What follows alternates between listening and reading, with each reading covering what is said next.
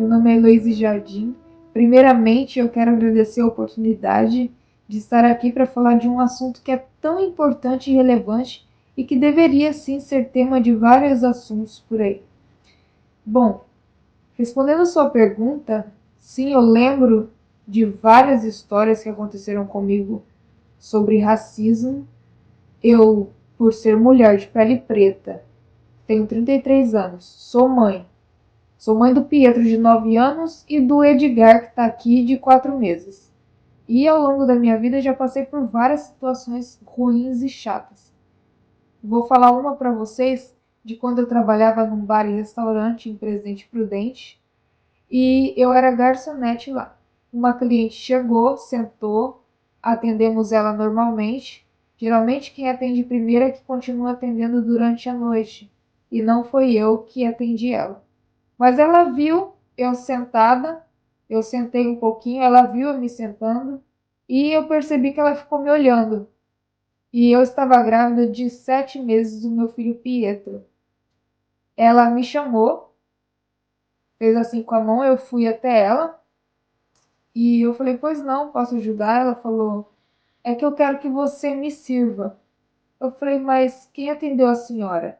Aí ela falou assim, não interessa quem me atendeu, eu quero que você me sirva, eu quero ser atendida por você. Lá tem preferência. Se a pessoa falar que quer ser atendida por você, você conversa com quem começou o atendimento e continua. Dá prosseguimento. E assim eu fiz, fui até lá, até minha colega, e falei, olha, a moça disse que quer ser atendida por mim, mas se você quiser, ela falou, não, Elo, atende agora e depois eu continuo. Eu falei, tá bom.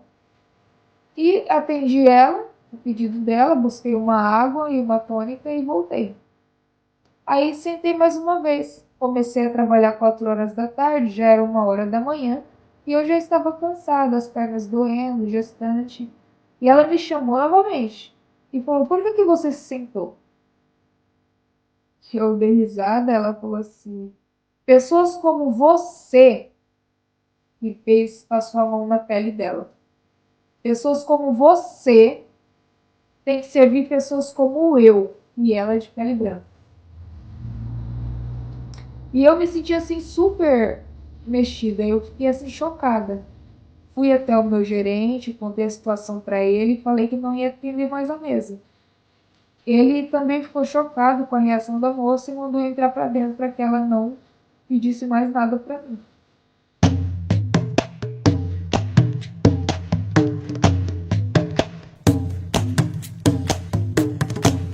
Na minha opinião, existe sim ainda o trabalho escravo. Essas grandes marcas que usam as pessoas para produzirem mais, para o produto ser um pouco mais caro por ser artesanal e por ser produzido pelas mãos humanas, pessoas que são trazidas dos seus países para trabalhar em situações precárias várias horas, pessoas ainda vendidas em alguns lugares, em alguns países também. Há relatos que aqui no Brasil também tem esse trabalho, esse tipo de trabalho escravo, esse tipo de comercialização. Então eu acho que ainda assim, jogando panos quentes, ainda aqui nesse século, ainda tem sim a escravidão. Lá em 1831, se eu não me engano, foi proibido a venda de escravos. Só 50 anos depois que isso aconteceu. Lá e no Rio de Janeiro, isso aconteceu. Onde era a Pequena África, chamado Pequena África, que se formou o Quilombo. As pessoas que ficaram lá, depois desses 50 anos, que receberam a abolição, que receberam a sua carta de alforria, elas tiveram que trabalhar ainda para os senhores, porque ninguém acolhia, ninguém dava trabalho, era uma situação muito difícil, eles só comiam o que plantavam. E eu acho que ainda vemos isso aqui, ainda a gente vê umas situações como essa. Então eu acredito sim que ainda existe.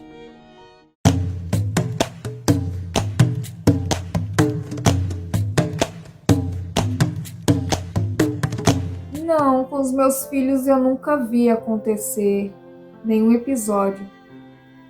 mas com certeza eles vão sofrer. Se não for por eles, por mim. Entendeu? O pai deles tem a pele clara e eles saíram com a pele mais clara. Pardos, o neném até mais um pouco puxado para branco. Só que com certeza, quando você tem um pai preto ou uma mãe preta, você acaba sofrendo preconceito em algum momento da sua vida, sim, né? As pessoas, elas não deixam passar assim em branco.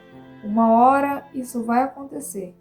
E eu, como mãe, preciso prepará-los para eles estarem fortes e saber lidar com a situação quando acontecer.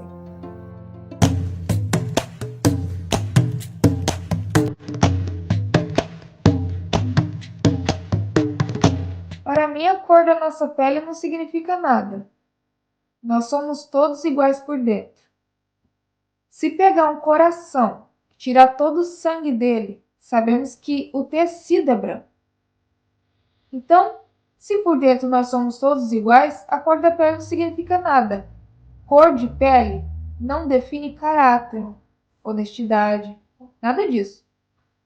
Então, nós temos que ter essa consciência. Não é porque a pessoa tem a cor da pele escura ou diferente da nossa que ela é mais ou menos confiável. Isso tem que ser tirado da mente das pessoas imediatamente.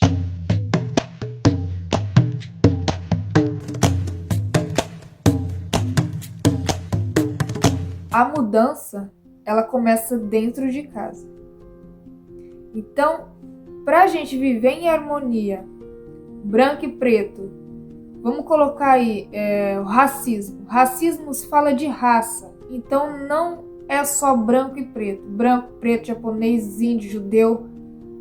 Todas essas pessoas e as demais, né? Todas essas pessoas e raças que sofrem preconceito, o que devemos fazer para ter harmonia é mexendo na educação, tanto dentro de casa quanto dentro das escolas. Precisa sim ser falado, ser dito, ensinado sobre isso. Se mexer na educação desde lá de casa, quando a criança nasce, continuando na pré-escola, a gente vai viver em total harmonia rapidamente. É só abrir a mente e mexer na educação.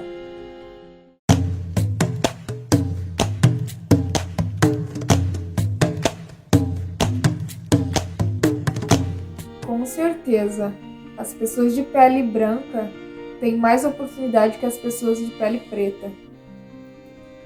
Um branco nunca vai entrar num lugar, não vai saber o que é entrar num lugar e ser seguido o tempo inteiro dentro de uma loja ou dentro de supermercado. E isso acontece com os pretos. Se tiver uma pessoa branca e uma preta sendo apontado como ladrão, as pessoas vão dizer automaticamente que foi a preta quem roubou, sem investigar, sem nada. É assim que acontece. Poderia ser diferente. Em alguns casos, em algumas exceções, porque não vamos generalizar tudo. Só que na maioria das vezes, tem sim mais oportunidade que os negros. Nas escolas, nos empregos, oportunidade de trabalho, tem sim.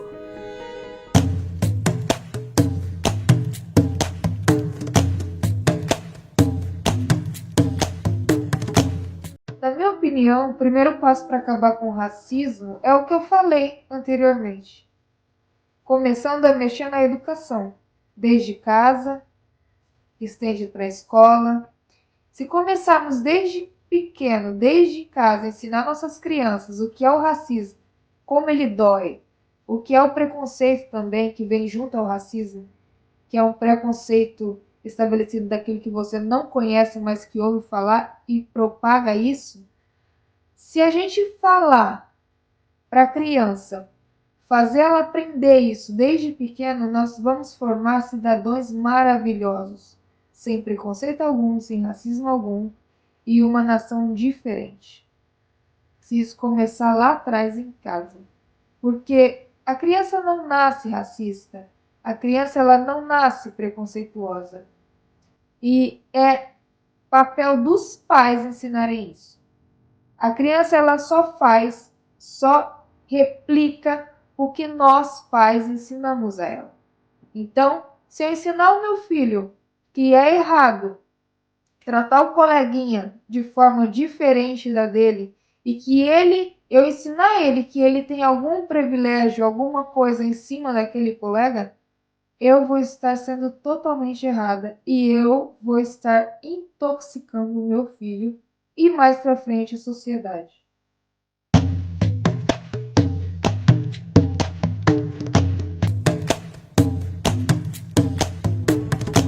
Quando eu sou discriminada ou alguém que eu conheço é discriminado, eu tenho a sensação de impotência. Porque eu sinto que vai ficar por isso mesmo. Se a gente procurar a justiça, eles até falam para nós: olha, isso aí vai dar só um processinho, ou então é arquivado, a gente faz alguma coisa lá, um BO, é arquivado e pronto, fica por isso mesmo.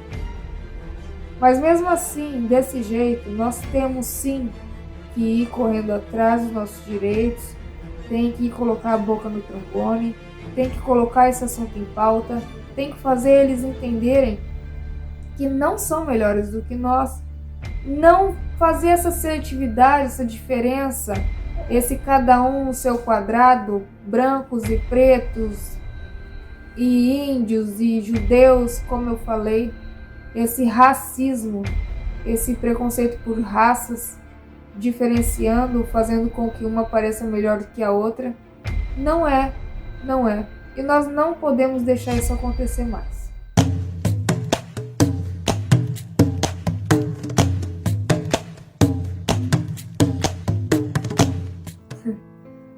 Bom, Maringá eu dou nota 8.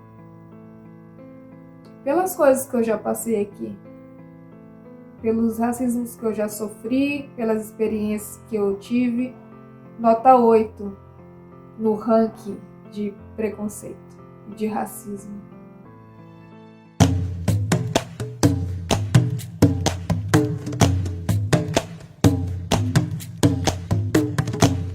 Com certeza, precisa sim ter mais informação, mais marketing em cima disso, ser levado para debate em escolas, ser levado para mídia, ser tema de várias coisas, curta-metragem, alguns filmes também falando mais sobre isso, sobre o tema. Precisa sim ser levado para redações, poderia ser mais sobre redação do Enem, né, que é uma coisa importante, né? Eu acho que esse tema, essa coisa que a gente vive do racismo, porque é terrível, precisa sim ser dito, ser falado, precisa ser explicado. As pessoas às vezes cometem o racismo numa fala. Olha como isso é perigoso. Às vezes as pessoas cometem na atitude, acham que é normal o que está fazendo. Às vezes a pessoa vai fazer alguma coisa e está sendo racista naquilo que ela está fazendo, naquilo que ela está dizendo. E ela não percebe, ela acha que é normal, ela acha que é comum, né? Então, eu aprendi muita coisa estudando, eu aprendi muita coisa na educação. E eu acho que aí vou bater mais uma vez na tecla, pela terceira vez eu vou falar. A educação é que vai mudar tudo. Né? Porque eu estudando aprendi muita coisa, eliminei muitas falas racistas no meu dia a dia. Uma delas é feito nas coxas. Você sabe o que é feito nas coxas? Eu vou explicar. Quando a pessoa fala esse termo feito nas coxas, se refere aos escravos, mulheres e homens, que faziam telhas nas coxas, telhas de barro nas coxas, para poder colocar na casa dos senhores. E essas telhas ficavam desiguais, porque as coxas e as pessoas eram diferentes, as pernas eram diferentes. Então ficava tudo desigual e não ficava muito bonito. Só que só quem tinha eram os mais, né, de uma aquisição maior, os senhores, né? E quando você fala feito nas coxas, você está querendo dizer que está mal feito. Eles falavam que fez nas coxas porque é mal feito, né? Que preto que fez. que preto faz coisas mal feitas. Então isso também é uma fala preconceituosa, é uma fala totalmente racista e que as pessoas usam no dia a dia como uma coisa comum, como tantas outras. Então precisa sim ser mais debatido, precisa sim ter um entendimento maior e as pessoas precisam ir atrás para saber o que realmente é o racismo. Eu agradeço, muito obrigada.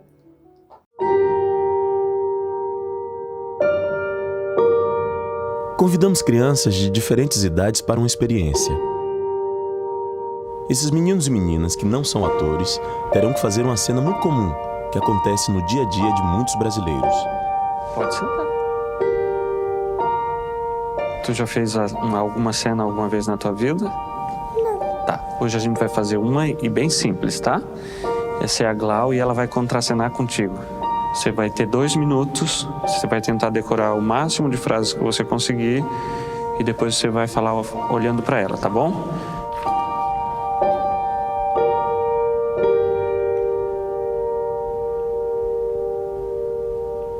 Agora você vai falar algumas frases olhando para ela, tá bom? Quando você quiser. Eu não gosto da sua cor. Eu não gosto de gente da sua cor.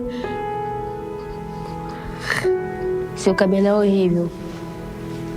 Teu cabelo parece uma esponja. Eu não consigo. Você vai dizer isso olhando para ela, tá bom? Eu não consigo. É uma cena.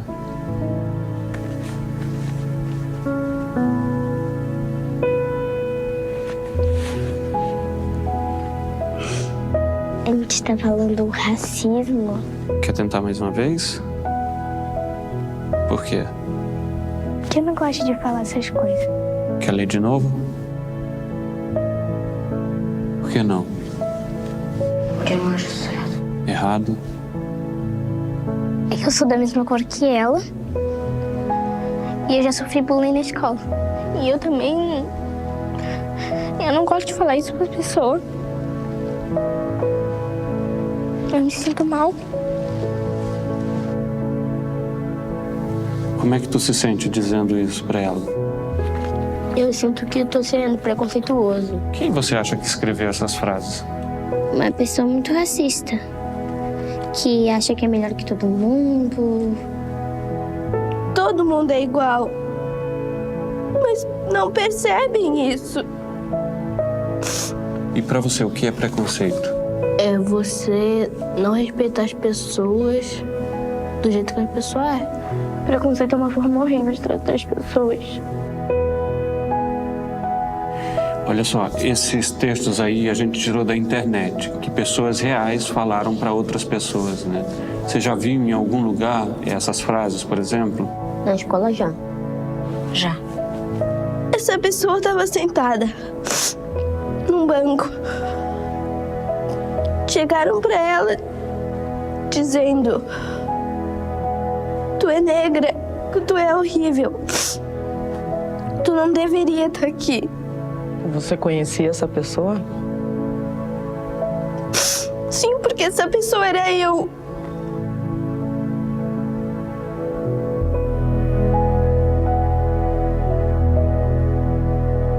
Você acha que seria mais fácil ler esse texto pra mim, por exemplo, que sou branco? Não, Não seria mais fácil? não. Porque todos nós somos iguais.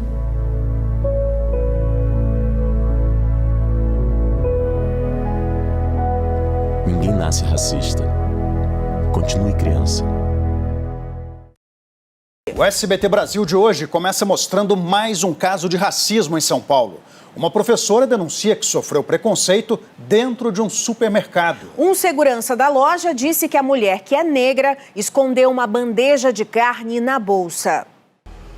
Aconteceu de novo e dentro de um supermercado. Desta vez foi no Hortimais, na zona sul de São Paulo, no dia 7 de agosto. Câmeras de monitoramento registraram tudo. A professora Francisca Silvana Eduardo da Silva, que é negra, entra no Hortimais para comprar carne. Olha algumas bandejas, mas decide não levar nada. Repare que antes de sair, ela começa a ser seguida por um segurança. O nome dele é Samuel Holanda do Carmo.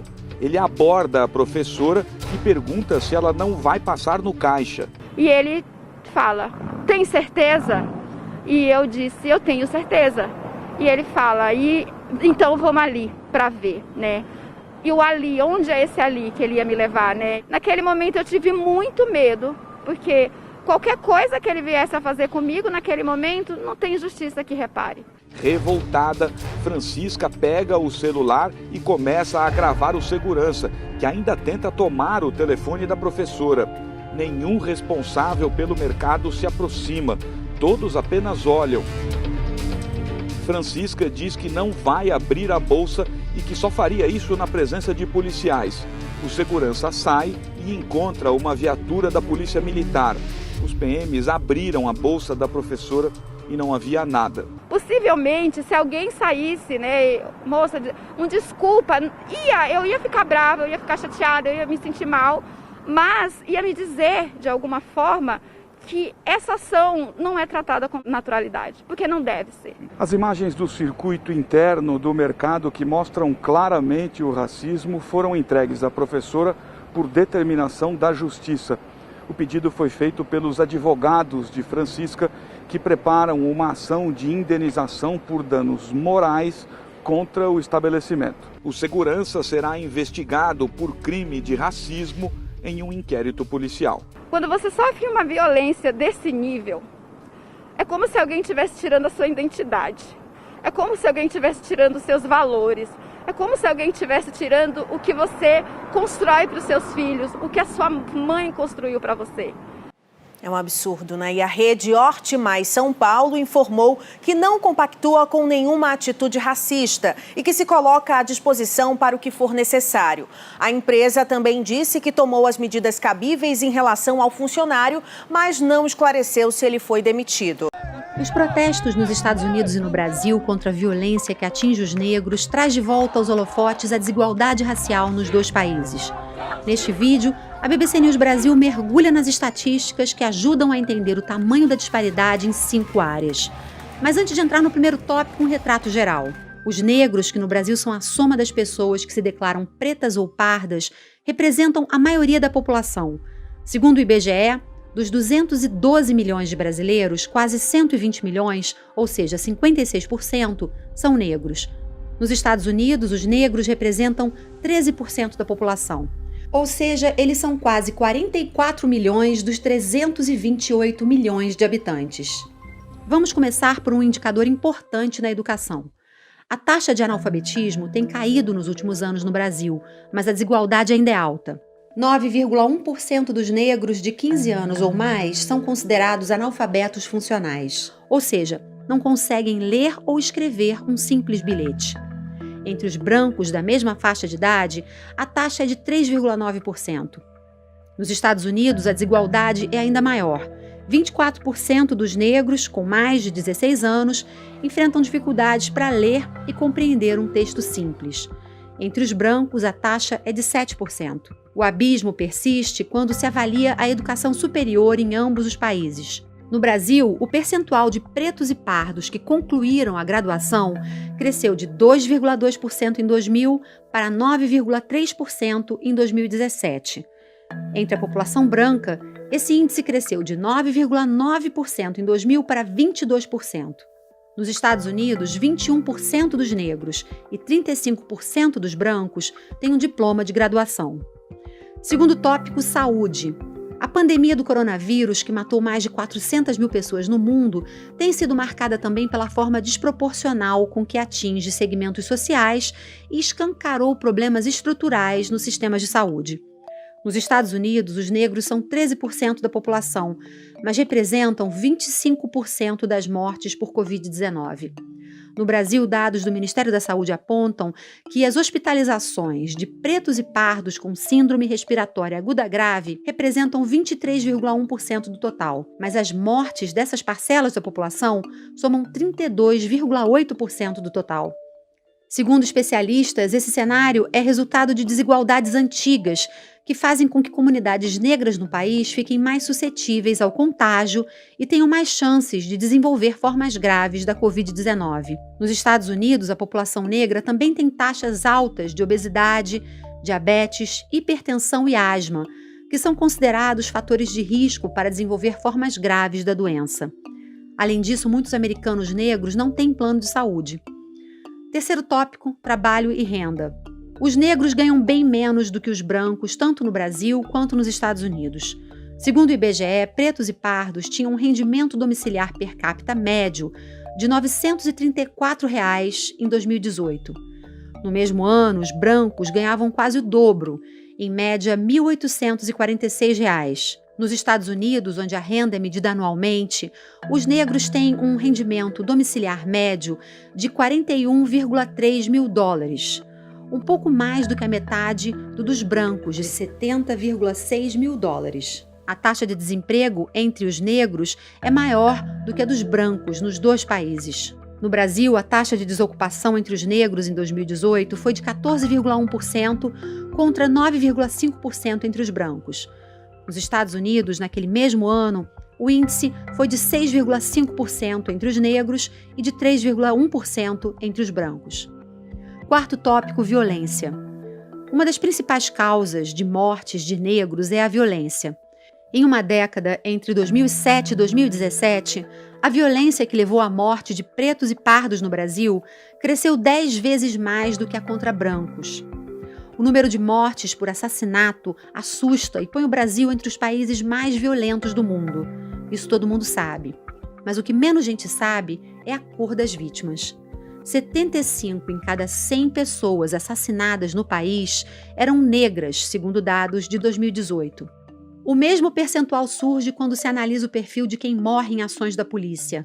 No Brasil, os negros são 56% da população e 75% dos mortos em intervenções policiais. Nos Estados Unidos, os negros não passam de 13% da população, mas representam 23% das pessoas que morreram em ações da polícia. Há disparidade também na taxa de encarceramento.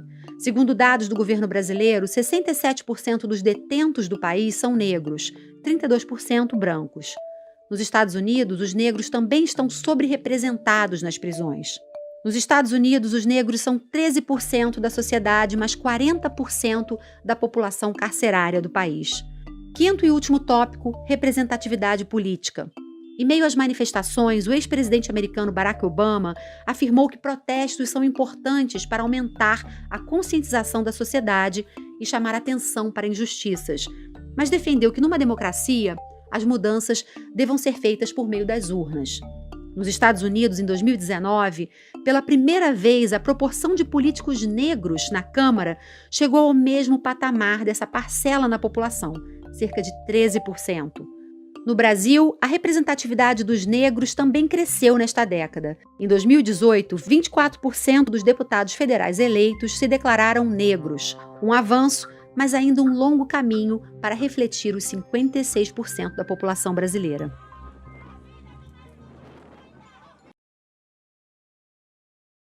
Agora, você falou, né? Só perguntar para uma pessoa negra. Eu vou tomar a liberdade, vou chamar o Eduardo Reis aqui, que é o meu cinegrafista, tá todo dia comigo e a gente viaja bastante. E eu já vi ele passar por várias situações. Edu, o Joel falou no ar, é só perguntar para alguém negro se já passou por isso. Você, quando criança ou na sua adolescência, já foi barrado em algum lugar? Várias vezes, Juliano. Toda vez que você ia no mercado, que você tá saindo com alguma coisa diferente, já tem gente te olhando, tem o segurança, tem a moça do caixa. É mais normal do que vocês imaginam, principalmente em periferia. Que não era para ser, mas geralmente em periferia é muito pior, cara. Parece que a gente tá sempre entrando para roubar. Certo, é o relato do Eduardo Reis aqui, nosso cinegrafista. O Walter Schutz, o nosso assistente, também já contou aqui pra gente que acontece a mesma coisa com ele, que também é negro. Pode aparecer aqui também, Schutz. E que já passou por esse tipo de coisa, inclusive trabalhando pela Band na cobertura da Copa, né? Exatamente. Trabalhando pela Band na cobertura da Copa.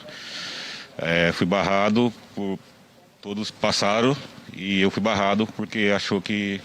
Lá no Anhangabaú, naqueles lugares que faziam a transmissão. No Anhangabaú, lá mesmo. E aí você mostrou a sua carteirinha, a sua identidade e deixaram passar. Mostrei a credencial da Band e aí deixaram passar. Se não fosse isso, não teria passado. É isso, Joel. Muito obrigado também ao Walter e ao Edu. É isso que acontece no Brasil. Você sabe, Joel, que 80% das pessoas que são presas de forma equivocada através de reconhecimento por foto são negras. 80%. De todas as pessoas que erraram quando fizeram reconhecimento de alguém, 80% dos erros, esse alguém era negro. Dip, eu tenho um grande amigo que é um grande juiz aqui de São Paulo, juiz de direito. Ele me disse que não aceita mais prova por reconhecimento por foto. Ele não aceita mais. Ele falou o que acontece de injustiça, cara.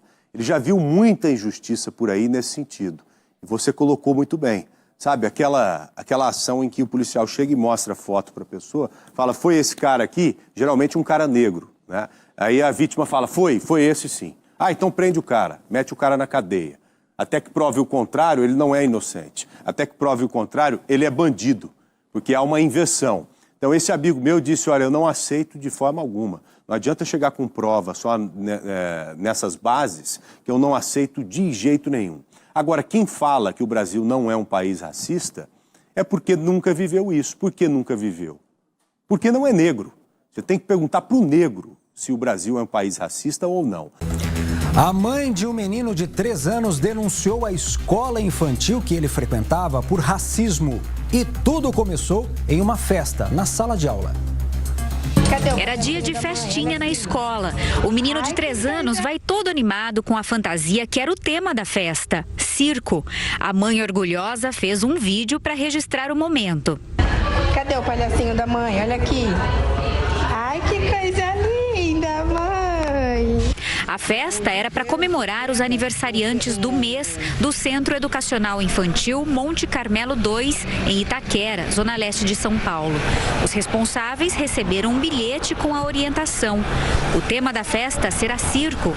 Todos estão convidados a participar desse momento de alegria, vindo caracterizado com uma fantasia, acessório ou pintura facial. Atenciosamente, professoras. E Stephanie fez tudo o que tinha direito para o filho. Comprei a calça, espartilhozinho, escolhi uma camisa que combinasse, mandei de narizinho, o olhinho pintado, gravatinha. Mas a alegria mesmo não teve não. Pelo menos não para a criança de 3 anos que não entendeu nada o que aconteceu na festa. E nem para a mãe, que assistiu no dia seguinte as imagens nas redes sociais da escola. O nariz de palhacinho que ela comprou com tanta alegria para o filho foi substituído por uma máscara de macaco. No vídeo, a criança aparece sozinha com a máscara no meio de 2 professoras que dançam e cantam uma música.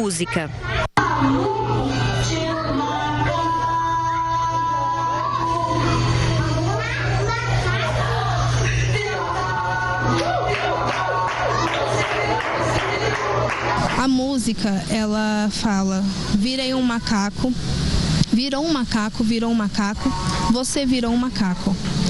E o meu filho, ele me perguntou se ele era um macaco. E aí, nesse momento, meu coração doeu. Falei para ele, filho, não, você não é um macaco. Indignada, a mãe imediatamente entrou em contato para questionar a escola, que a bloqueou das redes sociais até tirar o vídeo de circulação. Fui bloqueada. Os comentários foram apagados e a escola desativou o Instagram deles.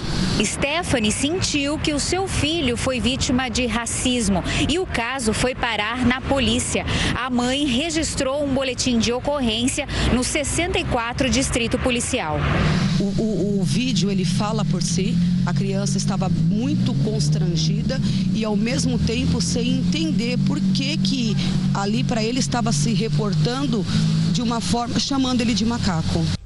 Sobre o fato, o Centro de Educação Infantil divulgou uma nota que diz que manifesta sua profunda indignação quanto à acusação de crime racial, diga-se injusta, que vem se espraiando nas redes sociais de forma leviana e irresponsável, posto que esta instituição jamais compactuaria com qualquer conduta ou gesto que tenha por objeto o racismo.